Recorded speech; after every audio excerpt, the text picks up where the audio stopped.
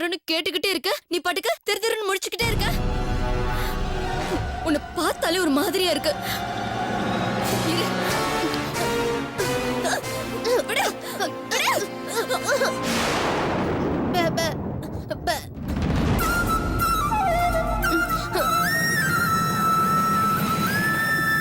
பே. உன்னால பேச முடியாதா? பே, பே.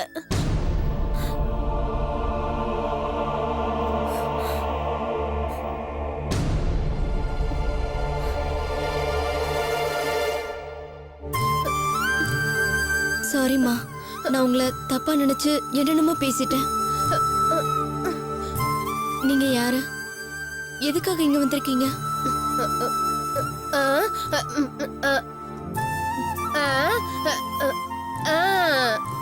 புரியல.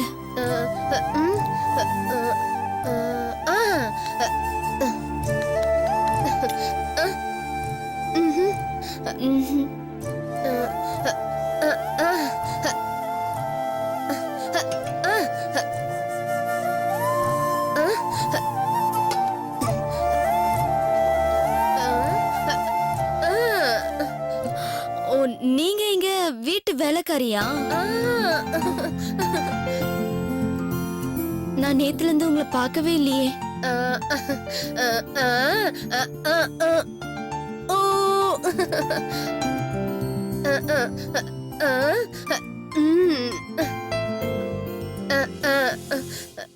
பொண்ணு பிரசவத்துக்கு ஊருக்கு போயிருந்தீங்களா?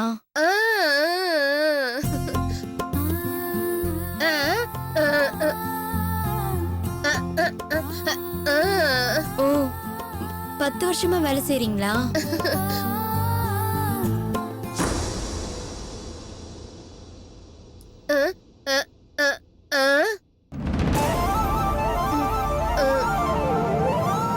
நான் இந்த வீட்டுக்கு மருமகளா வந்தது கூட உங்களுக்கு தெரியுமா?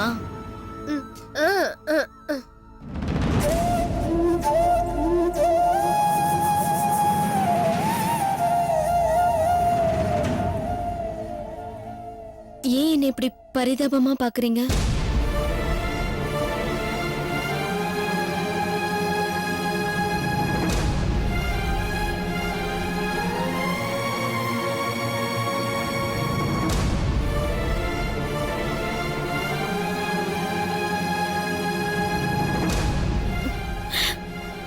அழகான முகத்துல ஆசிட் ஊத்திட்டாங்களேன்னு கஷ்டமா இருக்கா?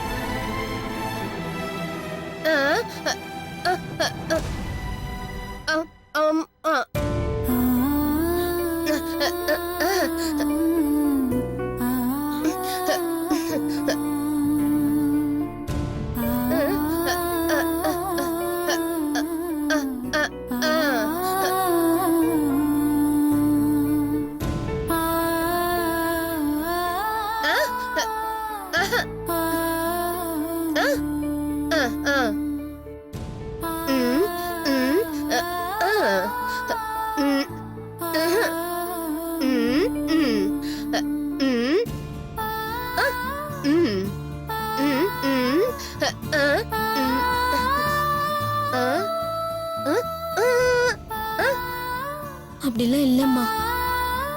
நீங்க எனக்கு அம்மாவா இருந்து என்ன பாத்துக்கிறேன்னு சொன்னதுக்கு ரொம்ப நன்றி. ஆனா அதுக்காக என்ன எந்த வேலையும் செய்யாதுன்னு சொல்லாதீங்க. ஏன்னா நீங்க இந்த வீட்டுக்கு சம்பளம் வாங்கிட்டு வேலைக்காரியா வந்திருக்கீங்க. நான் தாலி கட்டிட்டு வேலைக்காரியா வந்திருக்கேன். உங்களுக்கும் எனக்கும் அவ்வளவு தாங்க வித்தியாசம்.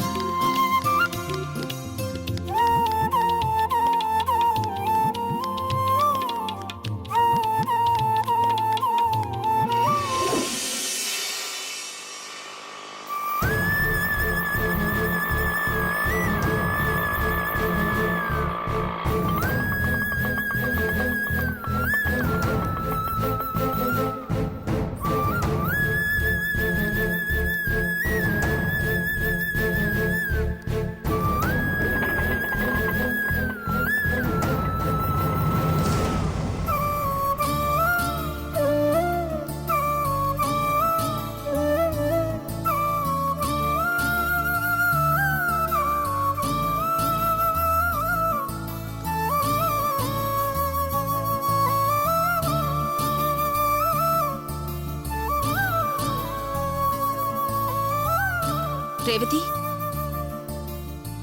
ரேவதி,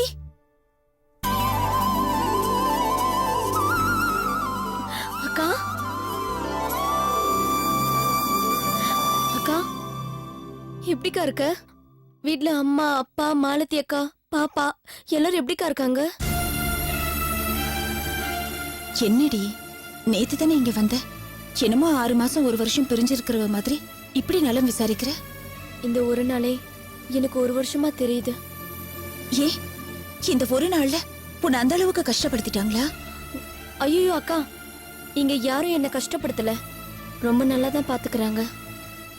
நான் சொல்ல வந்தது உங்க எல்லாரையும் பிரிஞ்சிருக்கிறது தான் கஷ்டமா இருக்குன்னு சொல்ல வந்தேன். இருக்கத்தானடி செய்யும். பிறந்ததுல இருந்து நீ ஒரு நாள் கூட எங்களை விட்டு பிரிஞ்சு இருந்ததில்ல. கஷ்டம் உனக்கு மட்டும் இல்ல, எங்களுக்கும் தான். வீட்ல எங்க பார்த்தாலும் போன் ஞாபகம்தான்.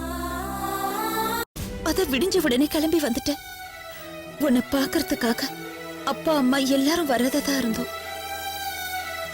ஆனா என்ன பண்றது, இந்த வீட்டை பத்தி தான் உனக்கு தெரியுமே.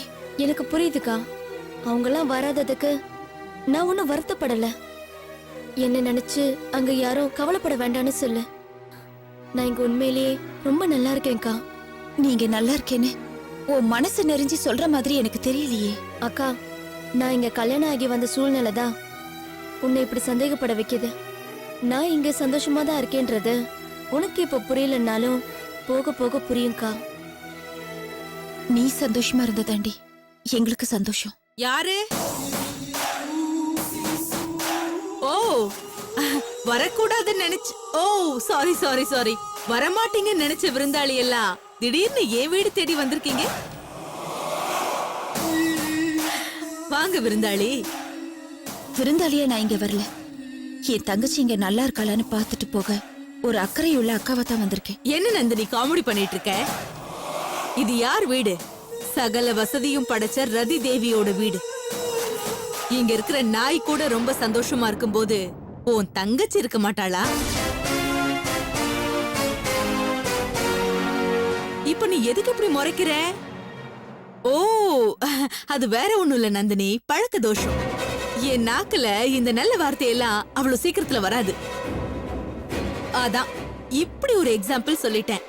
மத்தபடி ரேவதியையும் நாயையும் சம்பந்தப்படுத்தி சொல்லணும்னு நினைச்சு நான் சொல்லல.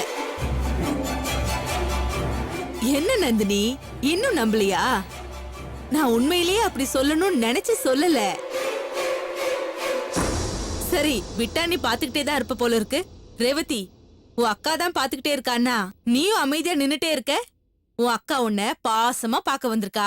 அவளை நீ அன்போட உபசரிக்க வேணாம்? போமா, உன் அக்கா சாப்பிடுற மாதிரி அவளுக்கு பிடிச்சதா ஏதாவது கொண்டு வா. ஐயோ சாரி அண்ணி, நான் மறந்துட்டேன். அக்கா, என்னக்கா சாப்பிடுற? எனக்கு எதுவும் வேண்டாம் ரேவதி. அப்படிலாம் சொல்லாத நந்தினி. என் வீடு தேடி வந்தவளை ரெஸ்பெக்ட் பண்ணாம அனுப்புறது எனக்கு சுத்தமா பிடிக்காது. அட்லீஸ்ட் ஒரு காஃபியாவது நீ குடிச்சிட்டு தான் போகணும்.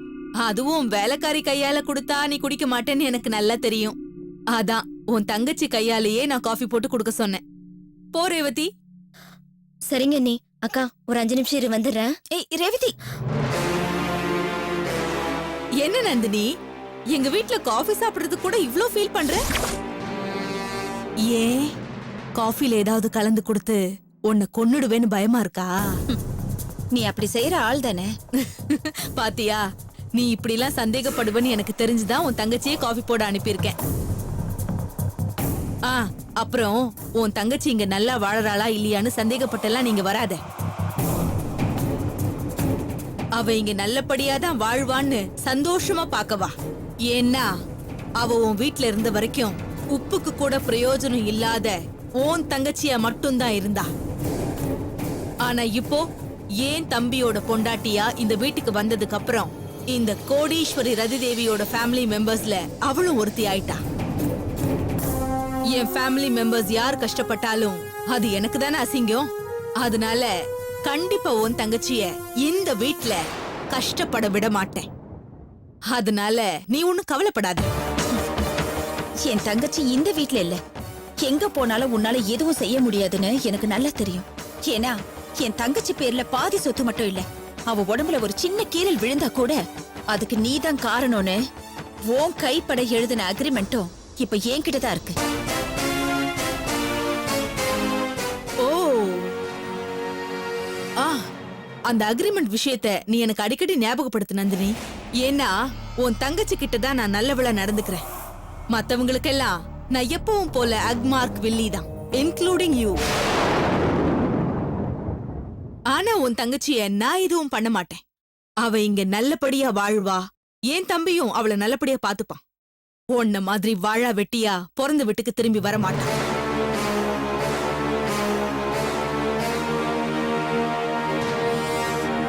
ஓ சாரி, நல்லது பேசிட்டு இருந்தேன்னா திடீர்னு கெட்டதை பேசிட்டேன்ல, அதான் சொன்னனே, பழக்க தோஷம்.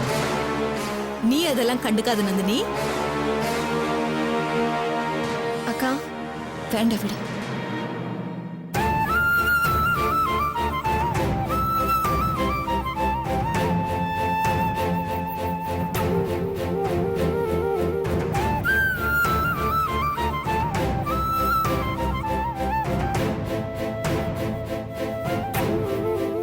காஃபி ரொம்ப நல்லா இருக்கு ரேவதி. உன் உடம்ப பாத்துக்கோ, நான் வரேன். ரேவதி, நீயும் கூட போய் அக்காவை வாசல் வரைக்கும் வழி அனுப்பிட்டு வா. வேணா ரேவதி, பரவாயில்ல இருக்கட்டும், நான் வரேன்.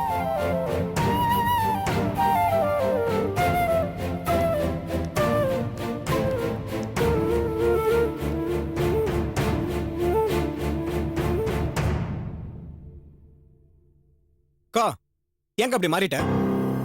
எப்படி மாறிட்டேன்? நான் இப்படி கேக்குற? உன் தகுதி என்ன, அந்த நந்தினியோட தகுதி என்ன? நீ அவ தங்கச்சிக்கு அக்ரிமெண்ட் எழுதி கொடுத்தனால தான் அவ வந்து உன்னை மிரட்டி பாக்குறா. விட்ரா, எதிரிக்கும் கொஞ்சம் விளையாட இடம் கொடுக்கணும். அப்பதான் கேம் சுவாரஸ்யமா இருக்கும். நீ இப்படியே பண்ணிட்டு இருந்தா நான் அந்த அக்ரிமெண்ட்டை வச்சு அவ உன்னை ஒண்ணு இல்லாம ஆக்கிடுவாக்கா. மகேஷ், என்னடா பேசுற நீ? இந்த ரதி தேவியை பத்தி அடுத்தவங்க புரிஞ்சுக்கிற அளவு கூட என் சொந்த தம்பி நீ புரிஞ்சுக்கலையடா. இப்ப என்ன அக்ரிமெண்ட் அந்த நந்தினி கிட்ட இருக்கிறதானே உனக்கு பிரச்சனை? நீ அத பத்தி நினைச்சு டென்ஷன் ஆகி உன் உடம்ப கெடுத்துக்காம கூலா இரு. அந்த அக்ரிமெண்ட்டை திருப்பி கொண்டு வந்துடலாம். எப்படிக்கா? ஏற்கனவே நான் யோசிச்சு வச்சுட்டேன். சீக்கிரமாவே அதை ஒர்க் அவுட் பண்ணிடலாம். என்னக்கா பண்ண போற? Just one day. Wait and see, my sweet brother.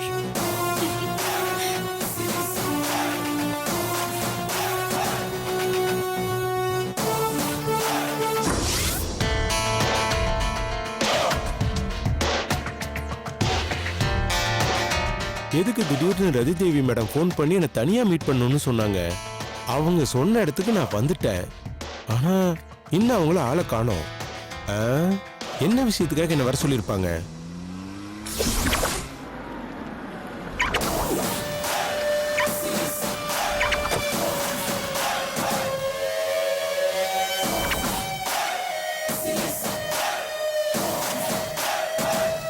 என்ன சுந்தர், நல்லா இருக்கீங்களா? உங்கள மாதிரி வசதி படைச்சுங்க இருக்கும்போது எனக்கு என்ன மேடம் குறைச்சல? உங்க புண்ணியத்துல நான் ரொம்ப நல்லா இருக்கேன். சொல்லுங்க மேடம், எதுக்காக நீங்க வர சொன்னீங்க? சுந்தர், நான் இப்ப உங்களுக்கு கொடுக்க போற வேலை சாதாரண வேலை இல்ல, ரொம்ப ரிஸ்கான வேலை. அட என்ன மேடம் நீங்க, இந்த சுந்தருக்கு ரிஸ்கான வேலை பண்றதுன்னா ரொம்ப பிடிக்கும். என்ன மேடம் அப்படி பாக்குறீங்க? என் மாமா ஆபீஸ்க்குள்ளேயே பூந்து அவரு டேபிள்ல இருக்கிற கொட்டேஷன் பேப்பரை எடுத்துட்டு வந்தனே, அது எவ்வளவு பெரிய ரிஸ்கான வேலை. அது மட்டுமா, அந்த நந்தினி வீட்டுக்குள்ள போகணுங்கிறதுக்காக என் மாமியார்கிட்ட நல்ல பேர் வாங்கணும்னு கத்தி குத்தெல்லாம் பட்டு கையில ரத்தம்லாம் வந்துச்சே, அது எவ்வளவு பெரிய ரிஸ்க். இது எல்லாத்தையும் விட பெரிய ரிஸ்கான வேலை. நந்தினியோட பேக்ல கஞ்சாவை வச்சு அவளை போலீஸ்ல மாட்டி விட்டனே, அதெல்லாம் நீங்க மறந்துட்டீங்களா? இதெல்லாம் நான் செஞ்சதுனாலதான் நந்தினி கிட்ட நீங்க ஜெயிச்சு உங்க தம்பி ஜெயிலுக்கு போய் கம்பி எண்ணாம வெளியில கூட்டிட்டு வந்து ரேவதிக்கு கல்யாணம் பண்ணி வச்சீங்க. இந்த ரிஸ்கான வேலையெல்லாம் நீ எதுக்கு செஞ்ச? நான் கொடுத்த பணத்துக்காகத்தானே? ஆமாமா, இதுல என்ன சந்தேகம்? அப்போ நான் ஜெயிச்சது நீ செஞ்ச வேலையால இல்ல, நான் அள்ளி வீசின பணத்தினால. ஓகே ஓகே மேடம், அந்த சீதையை மீட்க ராமர் பாலம் கட்டின மாதிரி நீங்க அள்ளி வீசின பணத்துல நான் அணில் மாதிரி கொஞ்சம் சின்னதா உங்களுக்கு உதவி பண்ணிருக்கேன், அதை நான் ஒத்துக்கிறேன். சரி சரி சரி மேடம், இப்ப நான் என்ன செய்யணும் அத முதல்ல சொல்லுங்க. அந்த நந்தினி வீட்ல ஒரு அக்ரிமெண்ட் இருக்கு, அத நீதான் எடுத்துட்டு வரணும். ஐய, என்ன மேடம் காமெடிக்கு இது பண்றீங்களா? அந்த குடும்பம் வாடகை வீட்டுக்கு அக்ரிமெண்ட் போடுறதுக்கு வக்கில்லாத அன்னக்காவடி குடும்பம், அங்க போய் நீங்க அக்ரிமெண்ட் எடுத்துட்டு வான்னு சொல்றீங்க? நீ சொல்ற மாதிரி அந்த குடும்பம் அன்னக்காவடி குடும்பம் தான். ஆனா அந்த குடும்பத்துல நான் எழுதி கொடுத்த அக்ரிமெண்ட் இருக்கு. அதைத்தான் நீ எடுத்துட்டு வரணும். நீங்க எழுதி கொடுத்த அக்ரிமெண்டா? யாருக்கு எழுதி கொடுத்தீங்க? அந்த ரேவதிக்கு நான் எழுதி கொடுத்தேன். என்னது, ரேவதிக்கு நீங்க அக்ரிமெண்ட் எழுதி கொடுத்தீங்களா? கொஞ்சம் புரியற மாதிரி சொல்லுங்க மேடம். சொல்றேன்.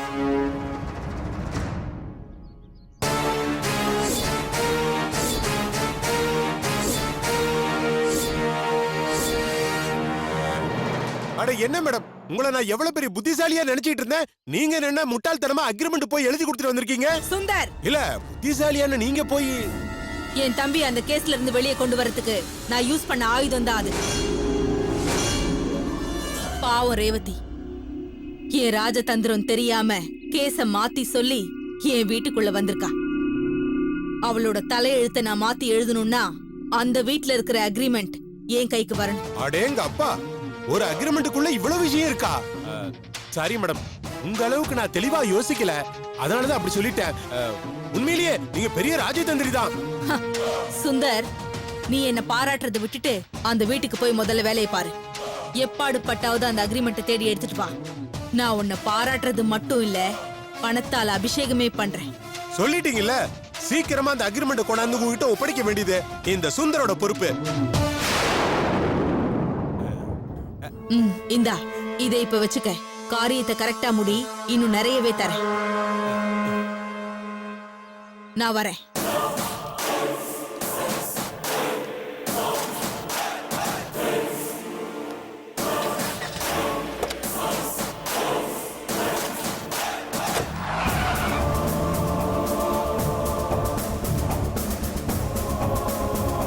கை நீட்டி பணத்தை வாங்கியாச்சு, எப்படியாவது அந்த வீட்டுக்குள்ள நுழையணும். என்ன பண்ணலாம்?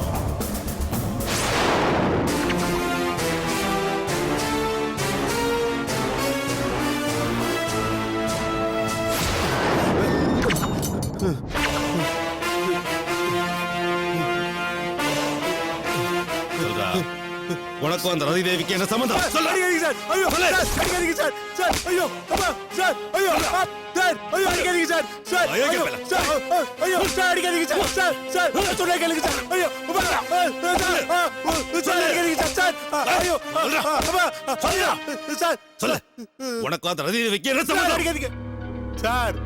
எனக்கு அவங்களுக்கு எந்த சம்பந்தமும் இல்ல சார். அவங்க லெவல் எங்க, என் லெவல் எங்க? அவங்க லெவலுக்கெல்லாம் பெரிய கோடீஸ்வரனோட தான் சார் பழகுவாங்க. என் லெவலுக்கெல்லாம் பிச்சைக்கார கூட என்கிட்ட பழக மாட்டான் சார். Sir, sir. என்னையே வெறுப்பேத்துறியா? கோடீஸ்வரர் வீட்டுல தான் நிறைய நாயங்க இருக்குண்டா. அவ தூக்கி போற எலும்பு துண்டுக்காக என்ன வேலை செஞ்ச அவளுக்கு மறைக்காம சொல்லு, இல்ல நான் வேற மாதிரி நடந்துக்க வேண்டியிருக்கோம். அதான் பிரிச்சு மேஞ்சிட்டீங்களே சார். இதுக்கப்புறம் வேற எந்த மாதிரி நடந்துக்க போறீங்க சார்? எவ்வளவு தூரம் பிரிச்சு மேஞ்சு உன் நக்கல் அடங்கலில என்ன பண்ண போறேன்னு கேட்டீல்ல? கேள்வியா கேக்குற? தெளிவா சொல்றேன், கேட்டுக்க. உன்னை அப்படியே காலர் புடிச்சு தூக்கி நிறுத்தி உன்னை அப்படியே திருப்பி மண்டைய புடிச்சு செவுத்துல நெத்து நெத்து நெத்து நெத்தி லாக்கப்லயே தற்கொலை பண்ணிக்கிட்டாலும் கதையை முடிச்சிருவேன். என்ன புரியுதா? சார், விடுங்க சார். இன்னும் கேசும் போர்டுல எஃப்ஐஆர் ஃபைல் பண்ணல. அந்த தெனாவட்ல தான் சார் அப்படி பேசிட்டேன். நீங்க என்ன சார் கேக்குறது? நானே சொல்லிடுறேன் சார். சார், நான் என் மாமனார் வீட்டுல இருந்து வெளியில வந்து ரொம்ப நாள் ஆச்சு சார். மறுபடியும் எனக்கு அங்க ஒரு வேலை இருக்குன்னு சொல்லி எனக்கு ரீஎன்ட்ரி கொடுத்ததே அந்த ரதி தேவி மேடம் தான் சார். என்னடா? சார், சார், சார், சார், அடிக்காதீங்க சார். நானே 1 by 1 சொல்லிடுறேன் சார். என் மாமனார் குடும்பம் சோத்துக்கே வழி இல்லாம மேடமோட காலில் வந்து விழணும்னு அவங்க ரொம்ப ஆசைப்பட்டாங்க சார். அதுக்காக என் மாமனார் வேலை செய்யற ஆபீஸ்ல இருந்து அவர் எப்படியாவது வேலை விட்டு தூக்கணும்னு அவங்க நினைச்சாங்க. என்ன அனுப்பி அவர் ஆபீஸ்ல இருக்கிற கொட்டேஷன் பேப்பரை எடுத்துட்டு வந்து அவங்க கிட்ட கொடுக்க சொன்னாங்க. நானும் போய் அதை எடுத்துட்டு வந்து அவங்க கிட்ட கொடுத்துட்டேன். அதுக்கு அவங்க எனக்கு கொஞ்சமா பணம் கொடுத்தாங்க சார். அதை கூட நான் 2-3 நாள்ல செலவு பண்ணிட்டேன். அதுக்கப்புறம் பணம் இல்லாம கையெல்லாம் ஒரு மாதிரி நம்மன்னு அரிச்சுது. அது எப்படியும் அவங்க புரிஞ்சுக்கிட்டாங்க சார். உடனே அவங்க என்ன கூப்பிட்டு அடுத்த வேலையை கொடுத்தாங்க. அது நந்தினி எப்படியாவது கஞ்சா கேஸ்ல லாக்அப்ல வைக்கணுங்கிறது தான். நானும் நந்தினியோட பேக்ல அவளுக்கு தெரியாம கஞ்சா பாக்கெட்டை போட்டுட்டேன்.